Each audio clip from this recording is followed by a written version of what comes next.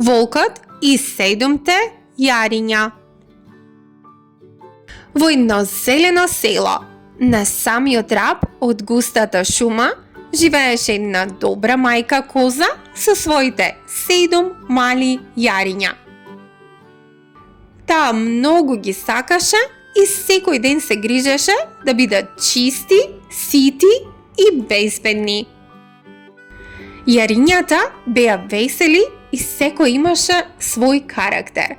Најголемото беше храбро, второто сакаше да пее, третото постојано поставуваше прашања, четвртото беше многу љубопитно, петото обожаваше да танцува, шестото беше мирно, а најмалото беше најсрамежливо, но и највнимателно. Едно утро мајката коза им рече: "Мили мои дечиња, морам да одам во шумата да соберам свежа трева и вкусни билки. Но добро слушајте ме, во шумата живее еден лош волк. Никому не отворајте вратата, освен ако не го слушнете мојот мек и нежен глас. И запомнете, волкот има груб и длабок глас и темни шепи." 7 јариња послушно климнаа со главите. "Не грижи се, мамо, ќе бидеме внимателни." Мајката ги прегрна сите, ја затвори вратата и замина. Не помина долго време кога некој затропа на вратата. Троп, троп, троп.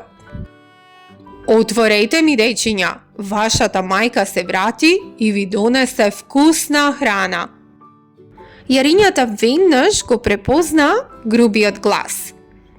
"Не, ти не си нашата мајка. Нашата мајка има нежен и мил глас. Ти си волкот." Волкот се налути и си замина. И размислуваше што да направи.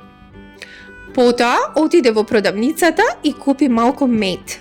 Полека го изеде, па неговиот глас стана помек. Повторно дојде пред куќата на јарињата. Троп, троп, троп. "Отворете ми, мили јариња, вашата мајка се врати." Гласот на вистина беше многу понежен, но едно од јарињата извика: "Покажи ги шепите низ прозорецот." Волкот ги стави своите темни шепи на прозорецот. "Не, нашата мајка има бели шепи." Повторно јарињата не му отворија, а волкот многу се налути зашто не успеа да ги измами. Тогаш отиде кај еден мелничар и ги покри шепите со бело брашно. Сега неговите шепи изгледаа сосема бели. Повторно се врати кај нивната куќа и затропа: "Дечиња, отворете ми, јас сум вашата мајка." "Покажи ги шепите, ме." Кога ги видоа белите шипи, јарињата помислија дека навистина се вратила нивната мајка. Ја отворија вратата, но наместо мајката, внатре влезе големиот волк. "Леле, не е мајка ни, тоа е волкот!" Исплашените јариња почнаа да трчаат низ куќата. Едното се сокри под масата, другото во шкафот, третото зад завесата, четвртото под креветот, петото во кујната, шестото во сандакот, а најмалото јаре се сокри во големиот часовник. Волкот ги бараше едно по едно. Ги најде сите, освен најмалото јаре кое остана тивко во часовникот. Кога волкот помисли дека никој повеќе не останал, излезе од куќата, најде едно дрво и легна по неговата сенка. Набрзо тој заспа. По некое време се врати мајката коза. Кога ја виде отворената врата, веднаш почувствува дека нешто не е во ред. Јариња мои, каде сте? Од часовникот тивко се слушнал глас. Мамо, јас сум тука. Најмалото јаре излегло со солзи во очите и раскажа се што се случило на мајката. Мајката го прегрна силно и рече: Не плаши се, ќе ги спасиме. Така и двата тивко се упатија кон шумата. Под едно големо дрво го пронајдоа волкот како силно рчи.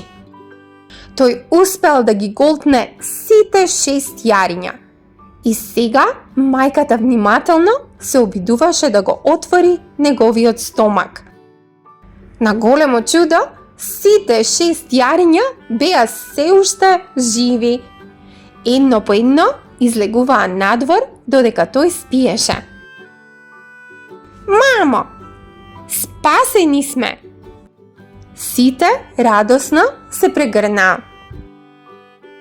Потоа собраа неколку големи камења и внимателно ги ставија во стомакот на волкот. Мајката повторно го соши стомакот. По кратко време волкот се разбуди. Тој се почувствува многу жеден. Оф, колку ми е тежок стомакот! Тргна кон блискиот поток да се напие вода. Но камењата беа толку тешки што изгуби рамнотежа и падна во водата. Од тој ден натаму повеќе никогаш не ги вознемируваше јарињата. Во малата кукичка повторно се слушаше смеа, песна и радост. Мајката коза им рече: Деца мои, секогаш бидете внимателни. Не отворајте им на непознати луѓе, без разлика колку љубезно зборуваат. Секогаш проверете дали навистина се тие што велат дека се. Тој ден 7 јариња ја запомнија оваа важна животна лекција. И од тој ден натаму си живеа среќно, безбедно и секогаш се грижеа едни за други.